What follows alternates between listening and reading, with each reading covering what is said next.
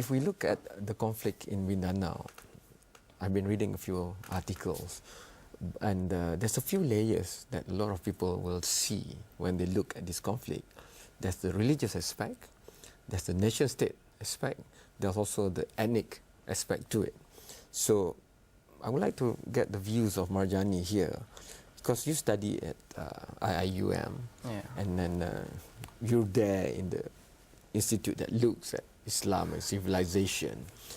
And if I read correctly, the early struggles of the MLF and then later on MILF, this is their sacred calling, you know, to define their own people within their own boundaries in a land that they inherited with the faith that they have.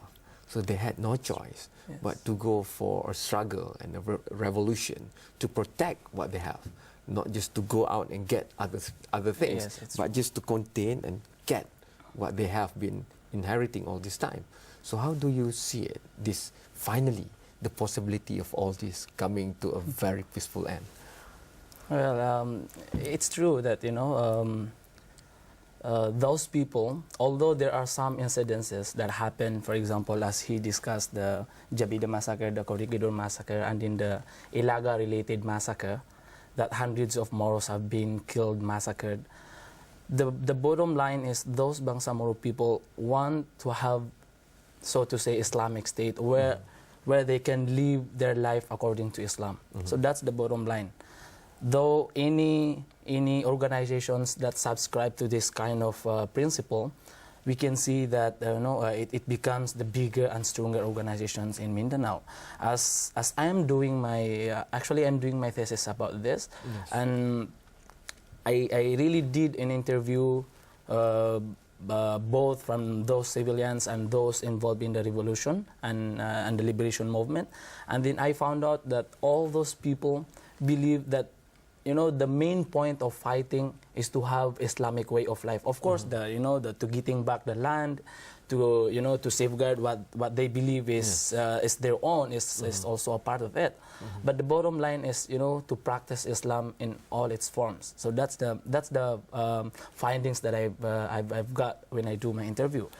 Regarding the prospects of having this deal, you know, the framework agreement that they just signed a few days ago here in Kuala Lumpur, of course, the first time I saw the President Aquino giving a speech in front of media, while the rest of his cabinet at the back, I honestly had the teary eyes.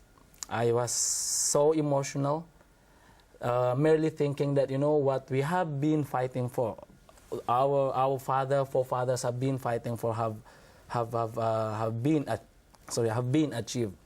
Although it does not stop there, of course, there's so many things to do, and I think it is even more crucial, but at least the signing of the framework agreement gives a hope, and at least the government accept that what the other previous government had been doing is a mistake, and they want to correct it. That's what touched my heart, actually. That, you know, they accepted that what the previous government had been doing is wrong, as injustices, and now they want to correct those injustices and mistakes. So at least by having an idea that, you know, I will be able to be proud again of being a Bangsamoro, a Muslim living in the Philippines, the idea of having an opportunity, equal opportunity in terms of education, for example, it makes me, you know, it makes me relieved, actually, that at least at long last, after so many bloods, so many lives that have been killed, we are able to achieve this. I will go to reconciliation before, and we've seen this happening in South Africa, you know, where Nelson Mandela really hit it off, and he used even the Rugby World Cup to foster reconciliation. But before we go there, what's the difference this time for more hope as compared to 2009, 2010, when peace was almost achievable?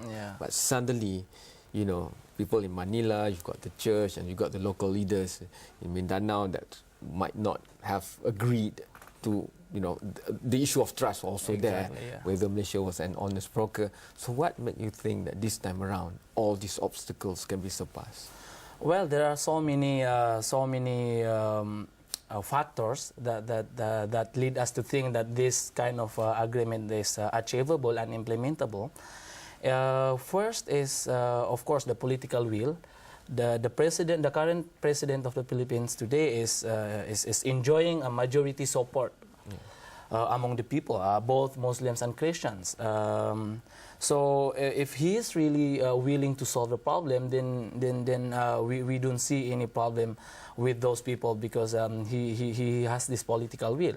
Aside from that, still in the area of politics, those people who opposed the MOAID, the Memorandum of Agreement on Ancestral Domain, in 2008, if I'm not mistaken, were not already in power. For example, if I say Vice Governor in Cotabato, he did not win the last election. So Piñol, yes, Piñol. So he's not, he's not in power to lobby the government, to lobby the panels in order for the government peace panel not to agree. I still remember back in 2008, when it was about to sign, Piñol was here. And I was in the Philippine embassy, and I hear those people talking that Piñol was lobbying hard to those peace panel in the government side not to sign and renegade the deal. So there's a lot of new factors, there's a lot of feel-good factors. I have to go for the last break, but once we are back, maybe we can go back to Professor to look at capacity building.